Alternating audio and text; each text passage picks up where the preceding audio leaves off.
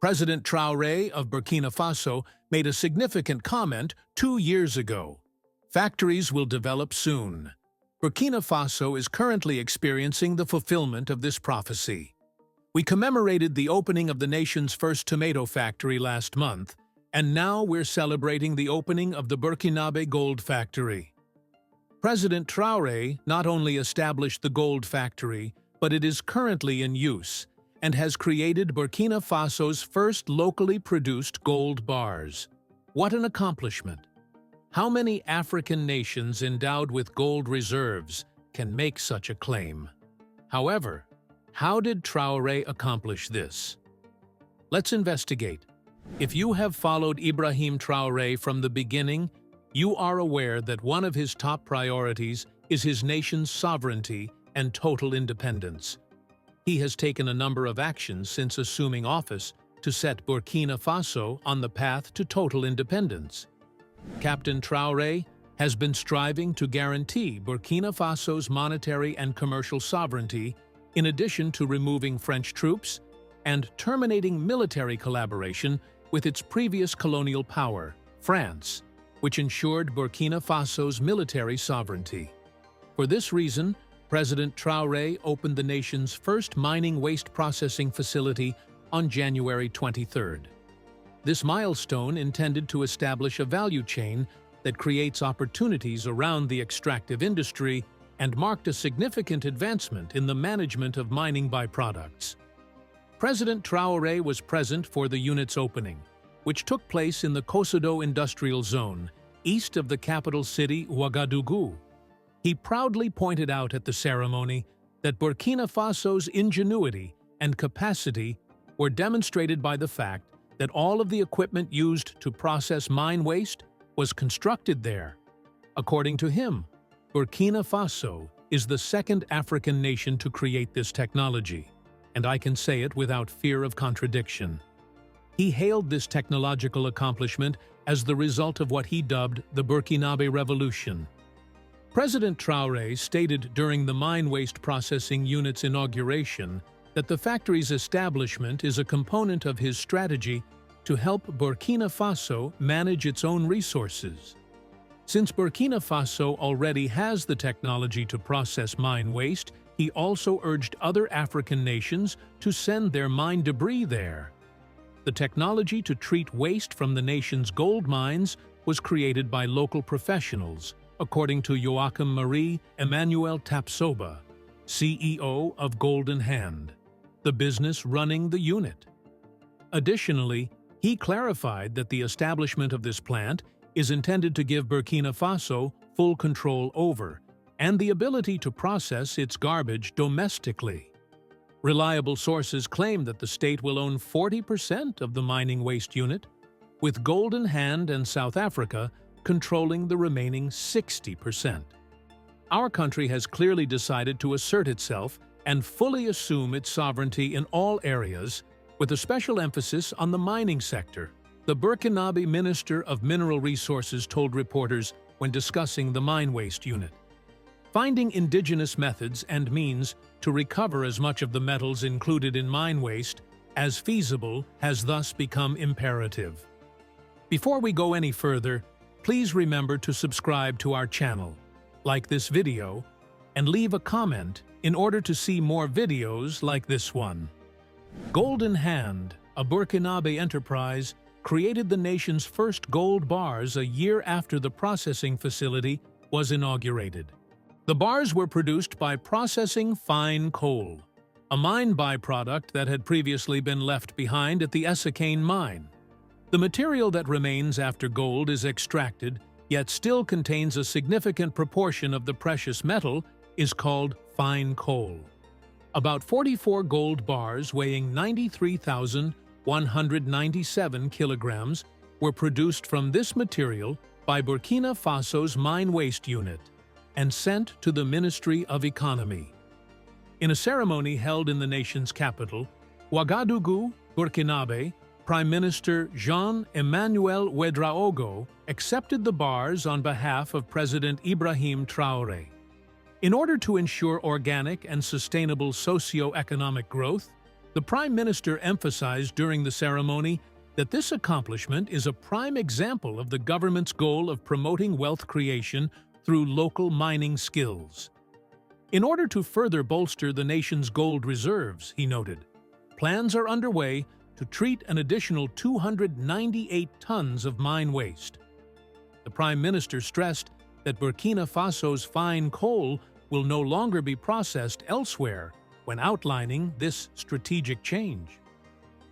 According to Joachim Marie Emmanuel Tapsoba, CEO of Golden Hand SA, cutting-edge and ecologically friendly technology are used to recover gold from this garbage. He emphasized that the government's dedication to serving the people is demonstrated by the distribution of this first batch of gold bars.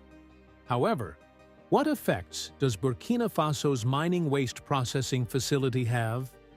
The official seal of Burkina Faso is currently displayed on each of the 44 gold bars, signifying a significant achievement in both economic independence and patriotism. The gold bars have been kept in a safe place, and Burkina Faso will have enough gold to boost its economy if production continues. The nation can shield its economy from outside monetary forces, particularly the CFA franc, by keeping gold reserves. As you may remember, the nations that make up the Sahel States Alliance, or AES, have been debating the possibility of replacing the colonial legacy of the CFA franc with a new currency. There hasn't been much discussion about this new currency, but it's thought that Burkina Faso is building up gold bars in anticipation of that change. Burkina Faso and other Francophone nations were influenced by France and lacked even their own central banks. As is well known, the Central Bank of West African states is merely an extension of the Bank of France, and France set up the system in such a way that these nations were dependent upon it. Not to mention that Francophone nations like Burkina Faso are still obliged to maintain half of their cash reserves in French banks. But as previously stated, President Traoré is committed to releasing his nation and its citizens from French control over its monetary system. He recently established the Burkina Faso Treasury Deposit Bank for this reason. This Treasury Bank's formation is a daring move that shows the nation is headed toward recovering its monetary autonomy. With the establishment of this bank, Burkina Faso will no longer be dependent on the colonial-era Central Bank of West African states to manage its financial and monetary system or maintain its reserves. Burkina Faso will no longer have to place 50% of its reserves in a French bank in order to use this deposit bank. With a network that connects to departmental, provincial, and regional treasuries, the Treasury Deposit Bank was created to offer easily accessible financial services to all individuals, irrespective of their location. That's not all, though. Additionally, the Treasury Deposit Bank will serve a broader spectrum of customers, including state-owned businesses, private organizations, international organizations, local government agencies, and public institutions. Its primary goal will be to oversee the public treasury's banking operations, providing services such as transaction processing, resource gathering, and account administration. To satisfy the expanding demands of its customers, the Treasury Deposit Bank will also create cutting-edge banking services and accept digital payment methods. In actuality, Burkina Faso no longer needs to turn to the Central Bank of West African states for financial transactions thanks to the establishment of the Treasury Deposit Bank. Consequently, any possible French meddling is eliminated. European nations without gold mines, like France, were able to amass gold reserves from African nations that were abundant in this resource by using European gold mining corporations due to their reliance on the Central Bank of West African states. These international corporations take enormous amounts of gold from Burkina Faso and other resource-rich African nations at extremely low prices, and they don't give these nations any real benefit, not even in the form of tax income. Captain Traoré took the initiative to reclaim Burkina Faso's gold because of this. One way Traoré reclaimed that control was through a waste mining facility. Burkina Faso can now keep the gold in its treasury deposit bank since the facility is up and running. This is impressive. What more actions did Traoré take to reclaim his nation's gold? As far as is known, Burkina Faso is one of Africa's top producers of gold. With gold accounting for 37% of all exports in 2020, it is hardly unexpected that gold is the nation's top export. Additionally, the primary source of employment in the nation is gold mining. About 1 million people are employed in artisanal mining, which produces half of Burkina Faso's industrial gold. But like the majority of African nations, Burkina Faso has long been without authority over its gold reserves.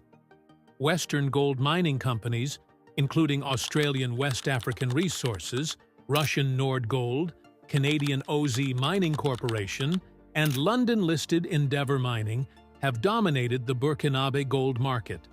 Additionally, it has been controlled by jihadists who fund their terrorist activities with the proceeds from mining.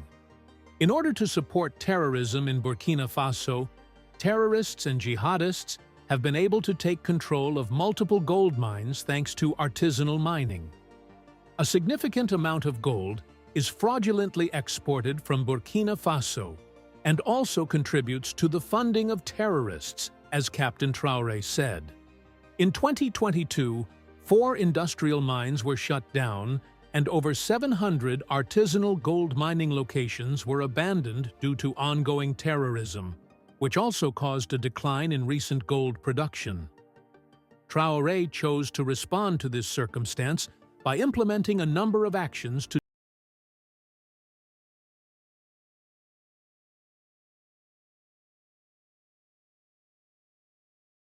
Burkina Faso halted the export of gold and other precious metals that were taken through artisanal mining in 2024.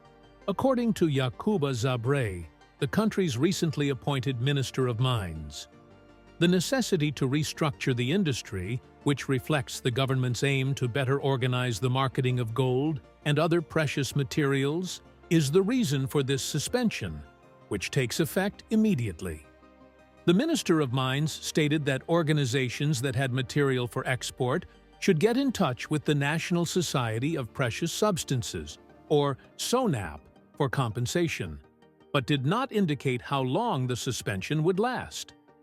The military government of Burkina Faso's decision is consistent with previous actions taken by other African nations that have prohibited the export of unprocessed minerals, including lithium, like Namibia and Zimbabwe. In addition to addressing the issues facing the mining industry and boosting its contribution to the nation's economic growth, Traoré hopes to stop the export of gold in order to cut off a significant source of money for terrorist organizations operating within the nation. Second, in November 2023, Traoré began work on the gold refinery in Burkina Faso.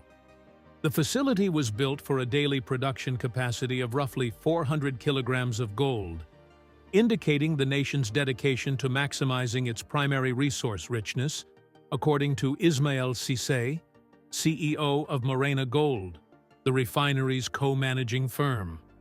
Cissé said that the refinery may generate 100 direct employment and 5,000 indirect jobs, and that the first 22-carat gold bars should be produced in 11 months. There is no longer any question of sending our gold abroad to be refined, Captain Traoré said during the refinery's opening. Since we are fully aware of the composition of the raw gold we are extracting, which is crucial, we will refine it here. The refinery, which was built in collaboration with the nearby business Morena Gold, will also house a jewelry store and the future headquarters of the state-run National Society of Precious Substances, which is in charge of the project. Following the refinery's opening, Yacouba Zabré was appointed Minister of Mines by the military administration in December of the same year, succeeding Simon Pierre Boussem. Thirdly, the former regime that imposed a set rate of 5% for values between $1,300 and $1,500 per ounce was replaced in October 2023 by a new royalty rate on gold sales for prices above $1,500 per ounce. Last but not least, Traoré initiated a significant military campaign to retake gold mines that were held by terrorist organizations. The Djibo Greenstone Belt in northern Burkina Faso was the site of one of the military actions. With its wealth of mineral resources, particularly gold, and its ancient rock formations, this area is one of the nation's geological wonders. Because of these minerals, investors and mining corporations are very interested in the Djibo Belt. But there have been ongoing security issues in this area. The area's gold resources have been used by terrorist organizations to fund their operations, fostering instability and impeding long-term economic growth. Don't forget to hit the subscribe button and turn on notifications so you never miss an update. Together, we can challenge the narrative, spark meaningful discussions, and inspire real change. Thank you for watching.